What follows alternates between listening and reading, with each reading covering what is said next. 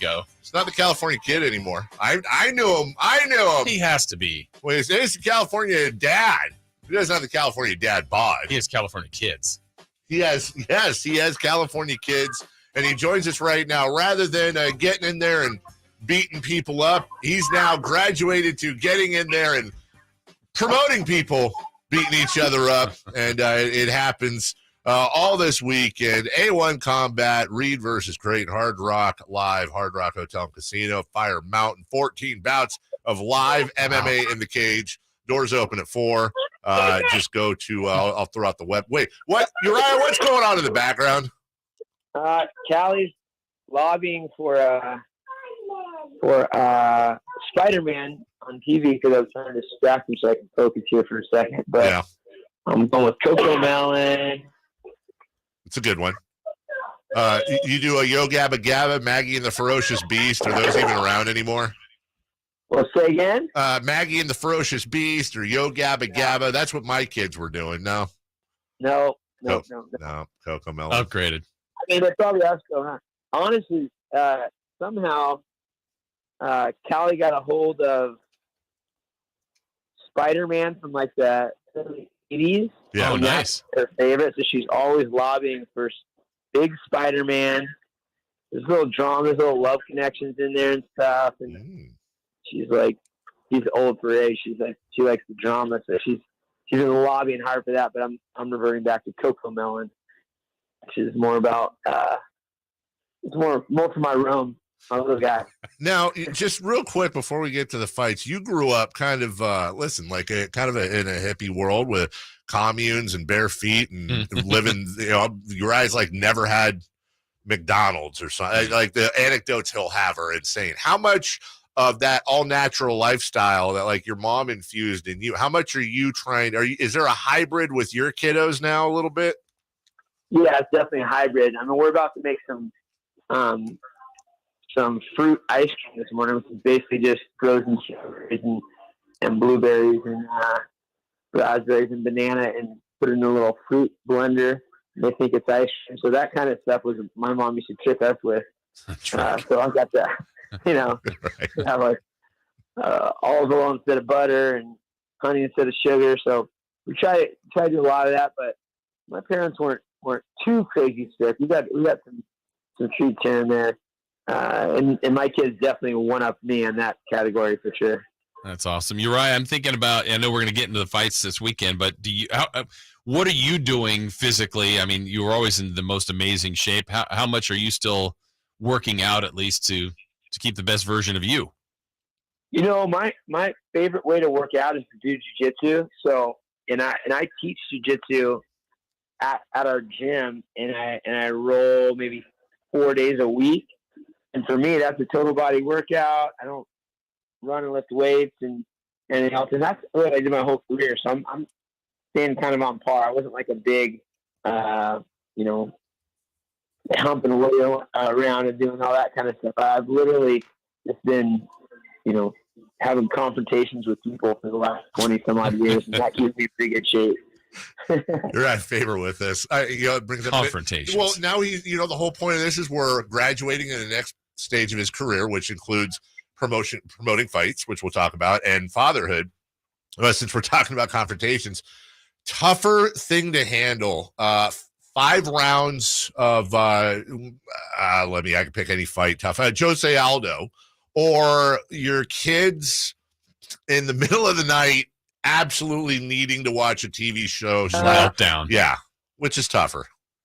Or my kids what? Or I'm trying to think of anything kids that age, like not wanting to go to sleep, wanting that extra fish stick. Just meltdown mode. The meltdown mode. I guess what I'm trying to say, Uriah, is the competition you're facing now more difficult than the competition you faced in the octagon? It's actually not. My kids are angels, to be honest. It's been we're pretty much on the same level. The biggest thing is Callie's getting really good at trying to get what she wants. And she'll go every which way. She'll be sweet. She'll throw a little tantrum, and then luckily there's things that she loves these days that I can threaten to take away at this point. So it's more of the negotiation, more like learning. It's more like a business negotiation than it is a fight these days in our household. It's pretty funny too. I mean, Callie, if you ever have a chance to catch her, she's like the boss. That's her fight name, Callie the Boss, and then Rome is Mr. Chill, and they follow suit. It's pretty fun.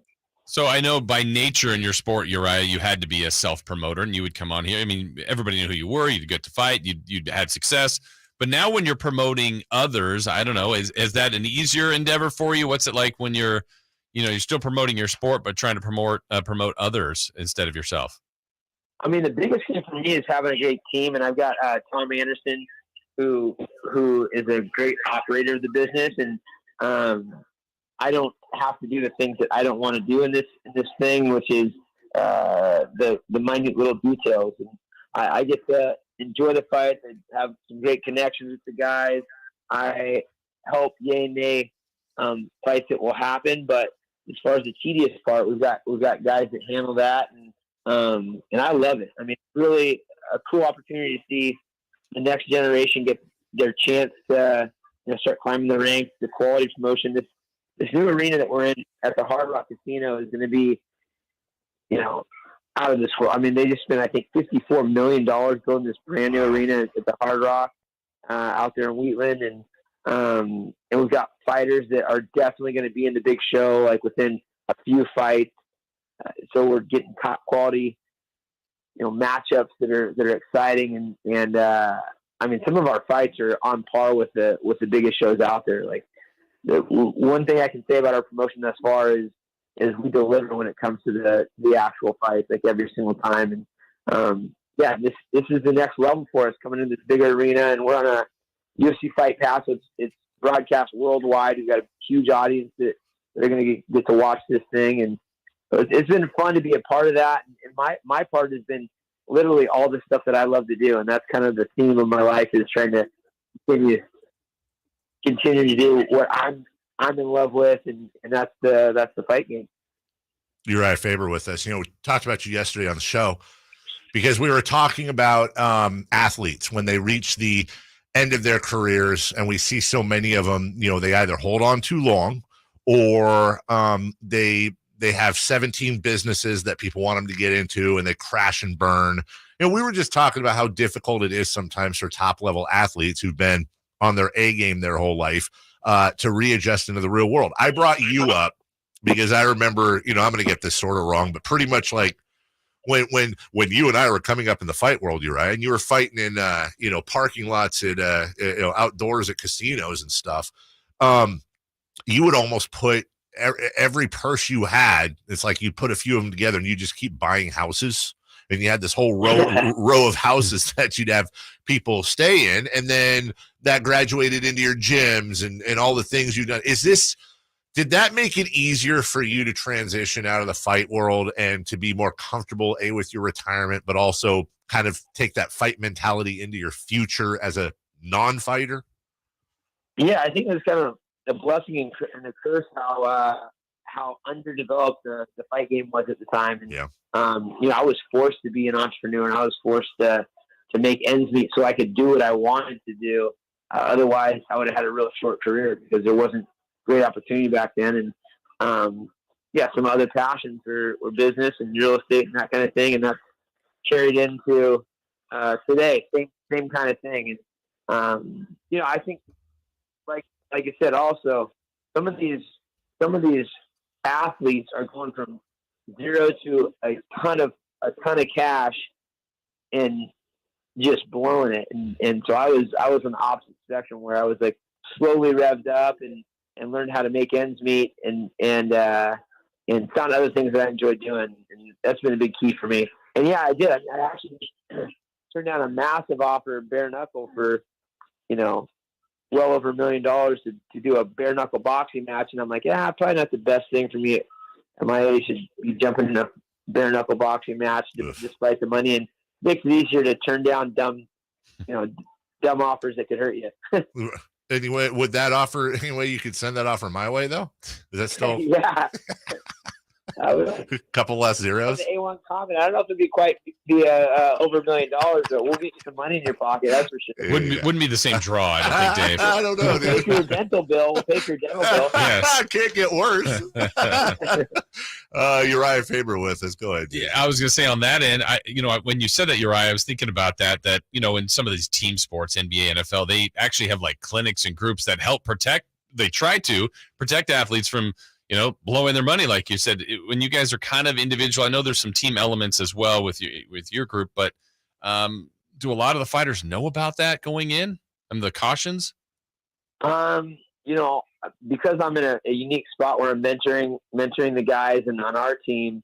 And then again, a lot of these guys have kind of taken the same path, revving up slowly into their careers versus getting signed out of high school or directly out of college and having these massive opportunities. I feel like MMA more than others has some pretty intelligent guys that are involved with it, but it's all an individual, And my guys, I try to coach them up.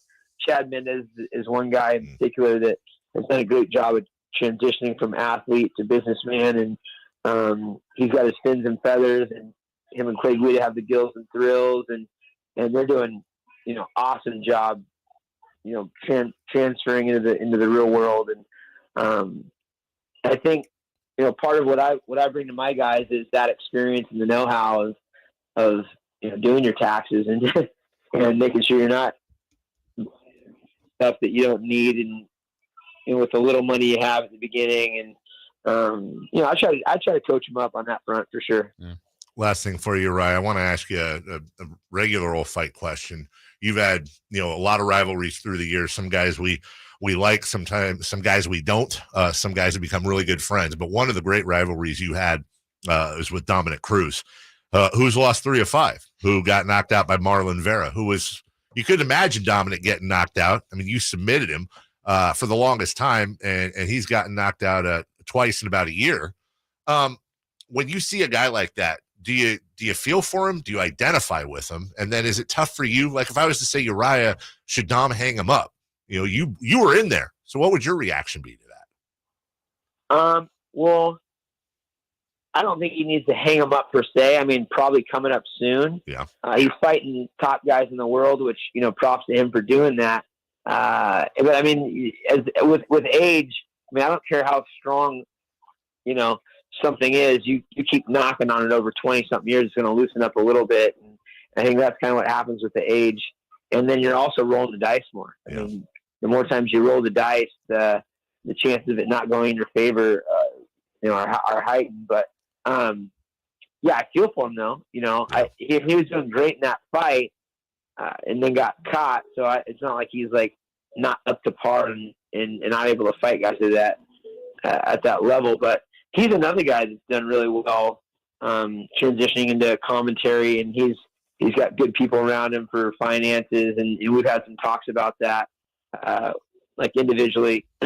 He's doing really well. So if he wanted to hang him up, he honestly could. Okay. I actually had a good talk with him not too long ago, out in Las Vegas for the USA Wrestling Open. I jumped in and on 2 days' notice and did the open wrestling tournament.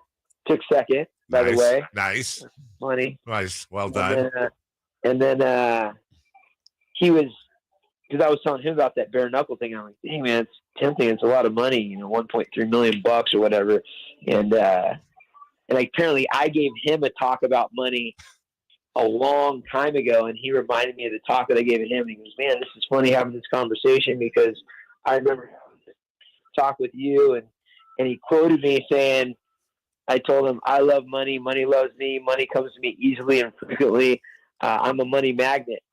And I don't even remember saying all that to him, but at this point, I think he's a guy that'll know when to hang him up. And I don't think it has to be right now, but it's coming, I'm sure. Oh, California Kid, California Dad, the money magnet, Uriah Faber, A1 Combat this week in Hard Rock Live, Hard Rock Hotel and Casino, Fire Mountain, 14 bouts, live MMA in the cage. We love Uriah. We're proud of him. One of Sactown's finest, and we'll always support anything he does. Go to go to what is it here? A1combat.com for info. Good checking in with you, brother. Please give my love to the whole family, and we'll talk to you soon. Yeah. Let me know if you want to come out too, Dave. These fights are nuts, man, and this environment's gonna be wild. So if you're in the greater Sacramento area and you're freed up, come on out to check out this show. There'll be some NorCal celebs in the house too. Nice. So yeah, Right. for sure. Some legends. Not fighting though, dude. If I go, I'm not fighting. I'll watch with you. See, man, you never know. I never know. See you, buddy. Be good.